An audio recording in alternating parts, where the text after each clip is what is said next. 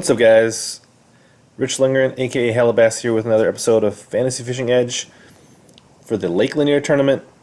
We'll get into that. We'll recap quick St. John's. It wasn't a great tournament. It wasn't a complete disaster. Had three pretty good picks.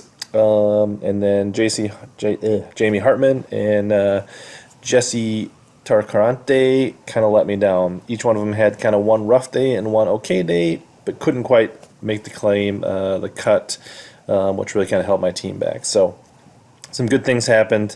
The Florida guys mostly came through. I was right about the Johnstons. They both did really well. They both finished in the 10th. I think Chris finished second.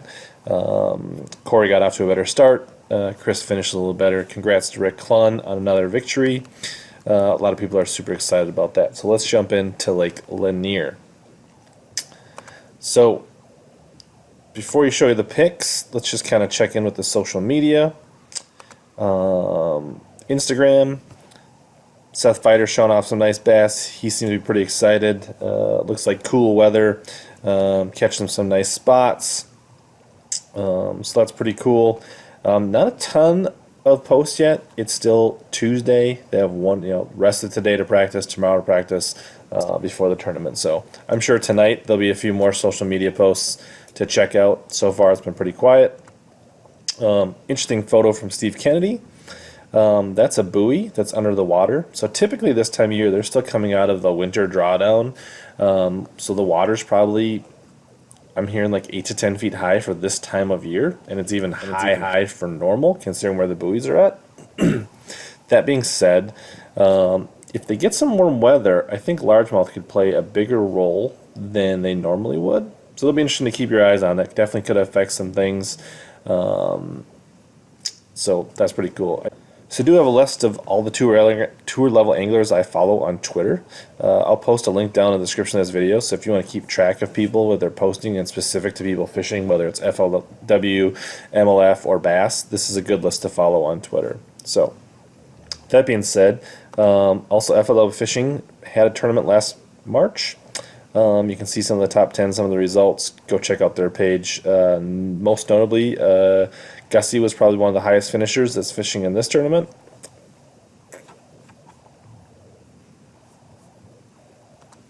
So getting into the picks, let's talk about Lanier. So the buckets have been kind of reshuffled. And now they're basically going straight off AOI. So people that didn't do great at St. John's are going to be down in E. Guys that did really well are going to be up in A and B. I like to look at both rank and owner percentage for these buckets. So Keith Combs, a very popular name, very talented angler in Bucket E. Definitely somebody you should consider week in and week out. He's not going to be in Bucket E all year long, that's for sure. A couple other names to consider in this bucket. Carl Jacobson had a 13th back last year at the March FLW tournament on Lanier. Pretty good with his electronics, not afraid to pick up the finesse rod.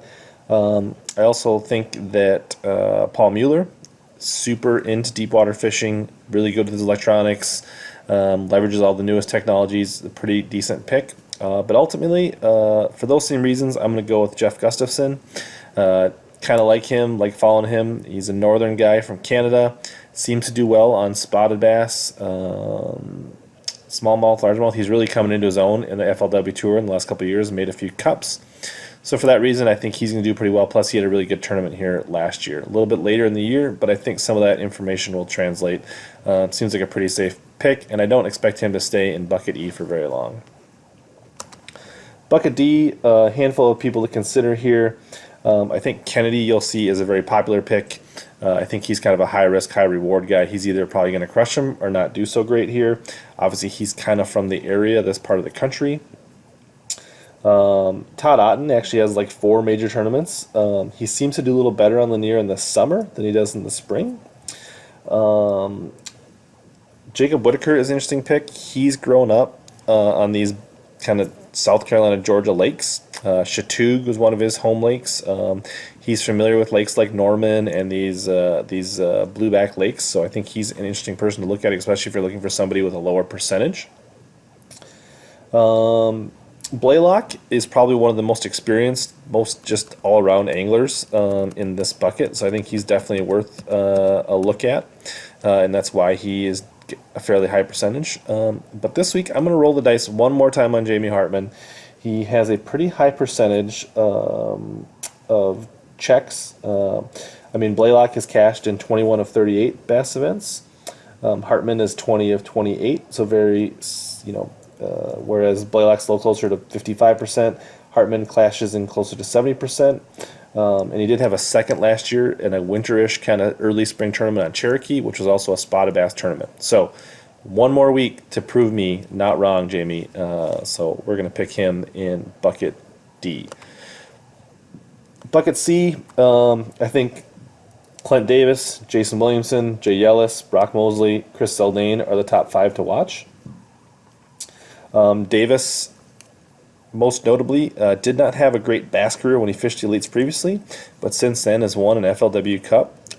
So, guys can definitely get better and mature. He's from the area. I expect him to be semi-competitive in this event. Jay Ellis, he's seen it all. I think he's a pretty safe pick. He does pretty well on spotted bass. Brock Mosley doesn't really strike me as a guy that's great on spotted bass, but I feel like he's a guy that is just kind of starting to really come into his own, and he does well in smallmouth tournaments up north from time to time. So I think he's just a guy that is kind of on the rise and somebody to be watching out for. Zaldane seems like a West Coast guy. It should translate well. He should do well with spotted bass. I went through his tournament history. I see mixed results. I wouldn't be surprised if he did well. I also wouldn't be surprised if he didn't have a great finish. So with his percentage being that high, I didn't love that pick. Ultimately, I decided that Jason Williamson probably has the deepest bench of tournaments. He's cashed checks in 82 of 150 of his bass events. He's got pretty good finishes on Hartwell, Smith Lake, Cherokee. He's familiar with the blueback lakes like Hartwell and Clarks Hill and those type of lakes. So I think overall he's a pretty safe pick, and I think he is posed to do really well in this tournament. Bucket B, starting to be lots and lots of good anglers to look at. Obviously, there's a few Georgia, South Carolina names here that are rising toward the tops for percentage. I do think Seth Feider is a good all-around angler. I expect him to do well. He's one of those younger anglers that is really good with his electronics. Hanselman, not getting a lot of love. He's a guy that just catches them, and he won every single tournament in the in a region of the Everstart / Stren / Costas, and won the championship. So the guy is a hammer. He could catch him anywhere. I wouldn't be surprised. He's a threat to win at every single tournament. Shane LaHue is a popular pick because of experience on lake like Norman and things like that. A lot of the pundits are picking him. Cherry, very good with a jerkbait. I expect a jerkbait to play. He's not one of my favorite anglers, but I wouldn't say that he's a bad pick. Micah Frazier, also good this time of year, this area, the country. But ultimately, I went with Brandon Cobb. He just has a really good track record and has a lot of top tens in a very short career in FLW. He actually, cashed a decent check back in 2013 on a BFL in this lake. He has over $400,000 in FLW winnings in a very short time, and much of the same reasons why I like Jason Williamson. I like Brandon Cobb. He's from the same part of the country, does well on these herring lakes, does well on these spotted bass lakes. So I think that's kind of what I'm keen on this week. And then kind of a dark horse, there's a ton of really talented anglers in A, as there is all the time, and it's only going to get more crowded as the year goes on. Some people like Kelly J because he's a jerkbait guy. I shy away because I don't feel like he's super consistent. Not saying he won't catch them, but I don't like wagering my bucket A's on guys that I don't feel are solidly consistent. The Johnson brothers, very good, very talented. I don't know if this is the best matchup for them, but I wouldn't be surprised if they did well. Brandon Lester, deservedly so, is getting a lot of the attention. He is just becoming a very talented angler and seems to do well under, diverse conditions. That being said, I'm going to kind of go with a dark horse. Patrick Walters, who's a rookie, he seems to do well in a lot of places. He's already have $100,000 in bass career winnings. He's got really good, solid track record in the Opens and college events, both FLW and Bass. He's from the same region that Brandon Cobb and Jason Williamson are. I think that style of fishing is just going to translate well, and I expect him to do well here. So this is a little bit of a kind of a swing here, but I hope to pay some dividends after a not great start at St. John's. So there are the picks. Hope you enjoyed it. If there's other things you want me to talk about, picks, leave some comments and questions. What you want to see more in this series on Fantasy Fishing Edge, and we'll try to include it in the next tournament. So hope these are helpful. Hopefully it helps you make some better picks. Thanks for tuning in. Subscribe, hit that bell notification button, and we'll catch you next time.